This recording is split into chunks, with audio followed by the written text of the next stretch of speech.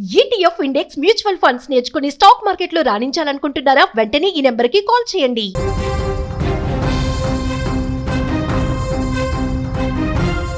భారత్లో మరోసారి లాక్డౌన్ లాంటి పరిస్థితులు రాబోతున్నాయా? పార్లమెంట్ సాక్షిగా మోడీ నోట లాక్డౌన్ మాట దేనికి సంకేతం? ప్రధాని మాటల్లో మతలబ్ ఏంటి? పశ్చిమాసియాలో జరుగుతున్న యుద్ధం ఎఫెక్ట్తో భారత్ తీవ్ర సంక్షోభాన్ని ఎదుర్కొనుందా? మరోసారి భారత్లో లాక్డౌన్ లాంటి పరిస్థితులు వస్తే భారత్ పరిస్థితి ఏంటి? ఇక ఇదే విషయంకి సంబంధించి మరింత సమాచారాన్ని మా బ్యూరో చీఫ్ విజయ్ అందిస్తారు. విజయ్, చెప్పండి, ప్రధాని మోడీ మాటలను ఏ విధంగా చూడొచ్చు? ఎస్ దీపిక, నిన్న పార్లమెంట్లో భారత ప్రధాని నరేంద్ర మోదీ చేసినటువంటి వ్యాఖ్యలు ఇప్పుడు అంతా కూడా ఒక దుమారాన్ని రేపుతున్నాయని చెప్పాలి. అంటే ప్రస్తుతానికి దీని మీద పెద్ద గందరగోళం ఏమీ లేనప్పటికీ ఒక నర్మగర్భంగా ప్రధాని మోదీ చేసినటువంటి వ్యాఖ్యల్ని ఒకసారి డీటెయిల్డ్గా పరిశీలించినట్లయితే చాలా విస్తుపోయేటువంటి విషయాలన్నీ కూడా బయటకు వచ్చేటువంటి అవకాశం. ఆయన ఒక మాట అన్నారు. ఏమన్నారంటే, కరోనా సమయంలో ఎలాంటి విపత్కర పరిస్థితులు ఉన్నాయో అలాంటి పరిస్థితులు ప్రపంచం అంతా కూడా ఉన్నాయి. వాటన్నిటిని కూడా ధీటుగా ఎదుర్కోవడానికి తమ ప్రభుత్వం సిద్ధంగా ఉంది. ఇప్పటికే చమురు ధరలను, అదేవిధంగా ఎల్పిజికి సంబంధించినటువంటి ధరలు షార్టేజ్ అంతా కూడా ఉన్నప్పటికీ కూడా దాన్ని ఎక్కడా కూడా ప్రజలపై భారం పడనీయకుండా కూడా ఎప్పటికప్పుడు మానిటరింగ్ చేస్తున్నాం. సపరేట్గా కూడా ఒక మంత్రుల కమిటీని కూడా ఏర్పాటు చేశానంటూ కూడా ఆయన ఒక విషయాన్ని ప్రస్తావించారు. అయితే డీటెయిల్డ్గా ఆయన అన్ని విషయాలను కూడా చెప్పడం జరిగింది. ప్రస్తుతం జరుగుతున్నటువంటి పశ్చిమాసియాలో జరుగుతున్నటువంటి యుద్ధం వల్ల ప్రధానంగా చమురు, అదేవిధంగా అంటే ఆయిల్, అదేవిధంగా ఎల్పిజికి సంబంధించినటువంటి షార్టేజ్ ఉంది అనేది అందరికీ తెలిసినటువంటి విషయమే. దానివల్ల మనకి ఇండియాలో కూడా కమర్షియల్ గ్యాస్ సిలిండర్ల ప్రాబ్లం కూడా ఉంది. అయితే కొంత వేరే దేశాల నుంచి కూడా వాటిని ఇంపోర్ట్ చేసేట్టుకునేటువంటి ఆ ప్రయత్నం అయితే జరుగుతుంది. కాబట్టి ప్రస్తుతానికైతే మాత్రం రష్యా నుంచి కూడా భారీ స్థాయిలో ట్రాన్స్పోర్టేషన్ జరుగుతుంది. సో ఇంపోర్ట్ జరుగుతుంది కాబట్టి ఇప్పటికిప్పుడు పెట్రోల్, డీజిల్కి వచ్చేటువంటి సమస్య లేదు. దాని ప్రభావం ఎక్కడ కూడా సామాన్యుడి మీద పడినటువంటి పరిస్థితి అయితే లేదు. అయితే ప్రధాని మోదీ అన్ని విషయాలను ఇక్కడ డీటెయిల్డ్గా చెప్పారు. ఏమేమని చెప్పారంటే, ఎక్కడా కూడా షార్టేజ్ లేకుండా చేస్తున్నాం. నిజంగా షార్టేజ్ ఉంది, దాని ప్రభావం ప్రజల మీద పడకుండా చేస్తున్నాం. ఇంకొక విషయాన్ని కూడా చెప్పారు. ముఖ్యంగా ఏదైతే చమురు విషయాన్ని చెప్పారు, గ్యాస్ విషయాన్ని చెప్పారు, అదేవిధంగా ఏదైతే పవర్ ప్లాంట్స్ ఉంటాయో, థర్మల్ విద్యుత్ కేంద్రాలు ఉంటాయో వాటికి సంబంధించి కూడా బొగ్గు నిల్వలను కూడా అవసరమైన స్థాయిలో ఇప్పటికే నిల్వలు ఉంచుకున్నాం. అంటే విద్యుత్ని ఉత్పత్తి చేయడం కోసం వాడేటువంటి బొగ్గును కూడా అవసరమైన స్థాయిలో కూడా ఇప్పటికే ఒక రకంగా స్టోరేజ్ చేసి పెట్టుకున్నాం అనేటువంటి విషయాన్ని కూడా చెప్పారు. అదేవిధంగా రైతులు పండించినటువంటి ధాన్యాలు కావచ్చు, ఇతరత్ర వస్తువులన్నింటినీ కూడా ముందు జాగ్రత్త చర్యగా గిడ్డంగుల్లో, గోదాముల్లో వాటన్నిటి కూడా స్టోరేజ్ చేసి పెట్టి ఉన్నాము అనేటువంటి విషయాన్ని కూడా ప్రస్తావించారు. అంటే ఇప్పుడు జరుగుతున్నదంతా కూడా ఈ స్కేర్సిటీ జరుగుతుందంతా కూడా ఆయిల్కి సంబంధించి, ఎల్పిజి గ్యాస్ సంబంధించి. కానీ మోదీ ఈ రెండు విషయాలను ఎందుకు చెప్పారు అనేది కూడా ఇప్పుడు అంతా కూడా పెద్ద ఎత్తున ఒక చర్చ నడుస్తుంది. ఎందుకంటే ఒకవేళ వారు మరింత తీవ్రమైతే, ఒకవేళ అన్ని దేశాలు కూడా ఈ వార్లో పార్టిసిపేట్ చేసినా, లేదంటే పూర్తి స్థాయిలో స్ట్రైట్ ఆఫ్ హార్మూజ్ ఇదే విధంగా కొన్ని నెలల పాటు క్లోజ్ అయినా, అదేవిధంగా ఇరాన్ ఏమాత్రం కూడా అక్కడి నుంచి షిప్పులను బయటకు తీసుకురావడానికి ప్యాసేజ్ను ఓపెన్ చేయకపోతే మాత్రం ఈ మరింత జటిలమయ్యేటువంటి పరిస్థితి ఉంది. అప్పుడు దాని ప్రభావం ఒకవేళ చమురు మీద పడుతుంది. అదేవిధంగా ఎల్పిజి కానీ ఒకవేళ షార్టేజ్ ఏర్పడితే కూడా విధిలేనటువంటి పరిస్థితుల్లో ప్రభుత్వం కూడా వీటి ధరలు పెంచాల్సినటువంటి అవసరం ఉంటుంది అనేటువంటి విషయాన్ని చెప్పకనే చెప్పారు అనేది కూడా చాలా ఇంటర్నల్గా మనకు అర్థమవుతుంది. అంటే ఇప్పుడు ఒకసారి మనం వార్ స్టార్ట్ అయినప్పటి నుంచి పరిస్థితులు మనం ఒకసారి చూసుకున్నట్లయితే దీపిక, దాదాపుగా ఇప్పటికీ వార్ స్టార్ట్ అయ్యి ఇరాన్ మీద ఇజ్రాయెల్, అమెరికా ఈ రెండు ఒక కూటమిగా ఏర్పాటు చేస్తున్నటువంటి యుద్ధానికి సంబంధించి వార్ సరిగ్గా ఫిబ్రవరి 8వ తారీఖున స్టార్ట్ అయింది. ఇప్పుడు ప్రజెంట్ డేట్ను మనం ఒకసారి పరిశీలించినట్లయితే దాదాపుగా 25 రోజుల వ్యవధిలో ఏదైతే క్రూడ్ ఆయిల్, ముఖ్యంగా క్రూడ్ ఆయిల్కి సంబంధించినటువంటి ధర ఒకసారి మనం చూసినట్లయితే యుద్ధానికి ముందు ఒక బ్యారెల్ ధర దాదాపుగా $65 నుంచి $70 ధర ఉన్నింది. కానీ ఇప్పుడు ప్రజెంట్ క్రూడ్ ఆయిల్ ధరలో ఒకసారి మనం పరిశీలించినట్లయితే దాదాపుగా $110కి చేరింది. 110 నుంచి $115 వరకు చేరింది. అంటే 30 to 40% మొత్తం ప్రపంచవ్యాప్తంగా అంతా కూడా ఆయిల్ ధరలు, క్రూడ్ ఆయిల్ ధరలు పెరిగిపోయాయి.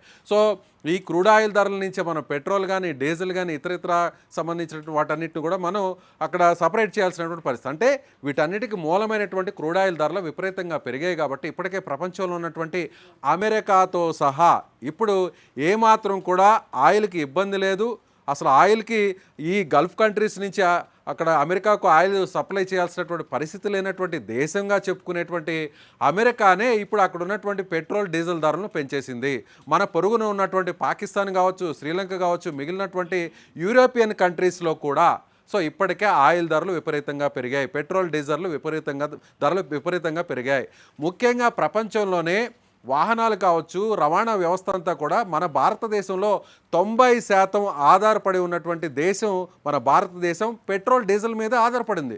మనకి ఇక్కడ ఏ ట్రాన్స్పోర్టేషన్ జరగాలన్నా కూడా పెట్రోల్ డీజిల్ ద్వారా జరగాల్సినటువంటి పరిస్థితి. ఒక్క ట్రైన్స్ ద్వారా జరిగేటువంటి ఏదైతే ఎలక్ట్రిక్ ట్రైన్స్ ద్వారా జరిగేటువంటి ఆ ట్రాన్స్పోర్టేషన్ మినహా మిగిలినటువంటి ఇంటర్నల్గా జరిగేటువంటి ట్రాన్స్పోర్టేషన్ అంతా కూడా పెట్రోల్ డీజిల్ మీద ఆధారపడి ఉంటుంది. కాబట్టి ఇప్పటికిప్పుడు దీని మీద మన భారతదేశం ధరలు పెంచకపోయినప్పటికీ కూడా ఇక్కడ రాజకీయపరమైనటువంటి కొన్ని అంశాలు కూడా ఇక్కడ మనం ప్రస్తావించాల్సినటువంటి పరిస్థితి ఉంది. ఎందుకంటే రాబోయేటువంటి కొన్ని నెలల్లోనే ఒక 2 నెలల్లోనే 4 రాష్ట్రాలకు సంబంధించినటువంటి ఎన్నికలు జరగబోతున్నాయి. ముఖ్యంగా పశ్చిమ బెంగాల్ ఎన్నికలు జరగబోతున్నాయి, తమిళనాడు ఎన్నికలు జరగబోతున్నాయి, పుదుచ్చేరి ఎన్నికలు జరుగుతున్నాయి, అదేవిధంగా మరొక రాష్ట్రానికి సంబంధించినటువంటి ఎన్నికలు జరగబోతున్నాయి. కాబట్టి ఒక రాజకీయపరమైనటువంటి ఉద్దేశంతోనే మన దేశంలో పెట్రోల్ డీజిల్ ధరలు తాత్కాలికంగా ఇప్పటివరకైతే పెరగలేదు, పెంచలేదు అనేది కూడా కొంతమంది రాజకీయ విశ్లేషకులు చెప్తున్నటువంటి మాట.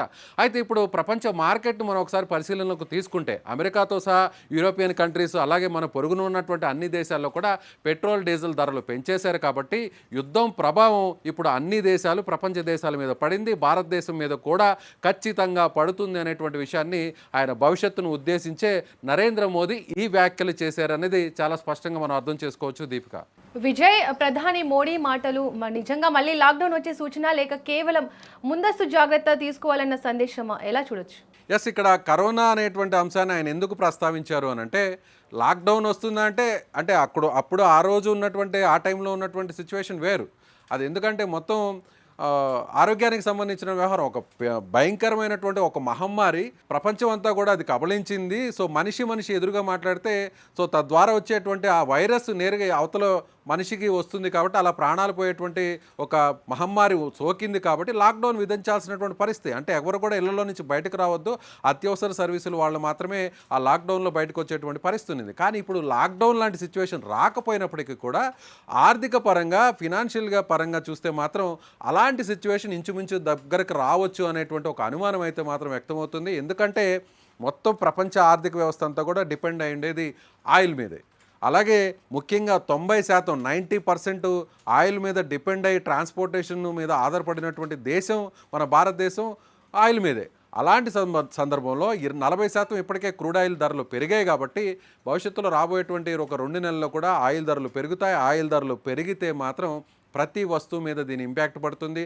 మనం వాడే ఉప్పు, పప్పు, కూరగాయలు, పాలు, ఇలా నీళ్లు, ప్రతి వ్యవస్థ మీద కూడా దీని ప్రభావం ఉంటుంది. కాబట్టి ధరలు అయితే మాత్రం పెరుగుతాయి. ఇప్పటికే ద్రవ్యోల్బణం పెరిగిపోతుంది. కాబట్టి దీని ప్రభావం ఖచ్చితంగా భారతదేశం మీద ఉంటుంది అనేటువంటి ఒక అంచనా ఎకనమిస్టులు వేస్తున్నారు, విశ్లేషకులు వేస్తున్నారు. కాబట్టి భవిష్యత్తును దృష్టిలో పెట్టుకుని ఆయన ఇలాంటి ఒక సూచనను చేశారనేది మాత్రం, అందులో కూడా లోక్సభలో చేశారనేది మాత్రం మనం అర్థం చేసుకోవచ్చు. దీపిక, విజయ్, కరోనా సమయంలో భారత్ ఎలా సన్నద్ధమైందో మనం చూసాం.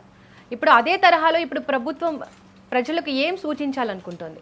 ఎస్, ఇప్పటివరకు అయితే మాత్రం భారతదేశం అయితే మాత్రం తన దౌత్యాన్ని ప్రదర్శిస్తూ చాలా డిప్లొమాటిక్గా పనిచేస్తుంది. ఎక్కడా కూడా అటు ఇరాన్తో మాట్లాడుతున్నారు. మన విదేశాంగ శాఖ మంత్రి జయశంకర్ ఎప్పటికప్పుడు ఇరాన్తో మాట్లాడుతున్నారు. ఇరాన్ అధ్యక్షుడు లేదంటే అక్కడ ఉన్నటువంటి యూనియన్ మినిస్టర్స్తో మాట్లాడి మనకు సంబంధించినటువంటి ఎల్పిజి షిప్స్ని అంతా కూడా కొంతవరకు కూడా అక్కడ లాక్ అయిపోయినటువంటి షిప్స్లో కొన్ని షిప్స్ని ఇప్పటికే మన ఇండియాకి తీసుకురావడం జరిగింది. గడిచినటువంటి ఒక 2 వారాల్లో చూస్తే కమర్షియల్ సిలిండర్స్ అన్నీ కూడా దాదాపుగా పూర్తిగా ఎక్కడ నో స్టాక్ అని బోర్డు పెట్టేసినటువంటి పరిస్థితి. రెస్టారెంట్లు కావచ్చు, హోటల్స్ కావచ్చు, మెస్సులు కావచ్చు, వీటి మీద ఆధారపడి ఉన్నటువంటి అన్ని వ్యవస్థలు కూడా దాదాపుగా బంద్ అయినటువంటి పరిస్థితి. అయితే ఇప్పుడు కొంత దౌత్యాన్ని ఉపయోగించి, వారితో ఉన్నటువంటి మన స్నేహబంధాన్ని ఉపయోగించి కొన్ని షిప్స్ని అయితే మాత్రం మన ఇండియాకి తీసుకురావడంతో ఇప్పుడిప్పుడే మెల్లగా కష్టాలు అయితే తొలగిపోతున్నాయి. రేపటి నుంచి కూడా, అంటే బుధవారం నుంచి గురువారం నుంచి కూడా కమర్షియల్ సిలిండర్స్ కూడా తిరిగి అందుబాటులోకి రాబోతున్నాయి అనేటివి కూడా మనకు అర్థమవుతుంది.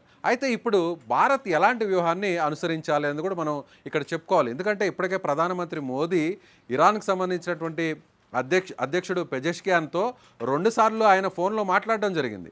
ఆల్రెడీ రీసెంట్గా ఒక 3 డేస్ బ్యాక్ కూడా మాట్లాడడం జరిగింది. అదేవిధంగా ఇప్పుడు అమెరికా అధ్యక్షుడు డొనాల్డ్ ట్రంప్ కూడా ఏదైతే ఇరాన్కి సంబంధించినటువంటి పవర్ ప్లాంట్స్ మీద మేము అటాక్ చేయట్లేదు, ఒక 5 రోజులు అయితే మాత్రం దీనికి బ్రేక్ ఇస్తున్నాము అనేటువంటి ఒక స్టేట్మెంట్ కూడా ఆయన నిన్న రాత్రి ఇవ్వడం జరిగింది. సో జరుగుతున్నటువంటి పరిణామాలన్నీ చూస్తే భారత్ ఒక ప్రధాన పాత్ర పోషించబోతుంది.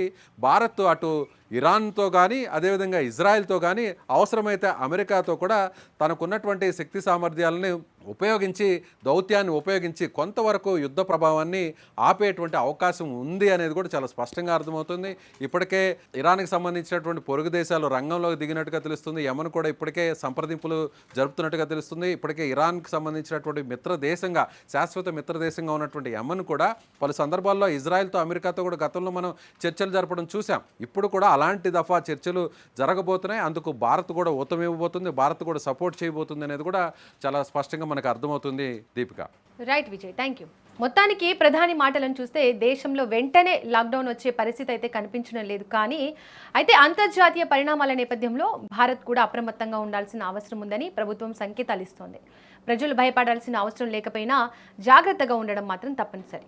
अध्यक्ष जी, इस युद्ध के कारण दुनिया में जो कठिन हालात बने हैं उनका प्रभाव लंबे समय तक बने रहने की आशंका है. इसलिए हमें तैयार रहना होगा, हमें एकजुट रहना होगा.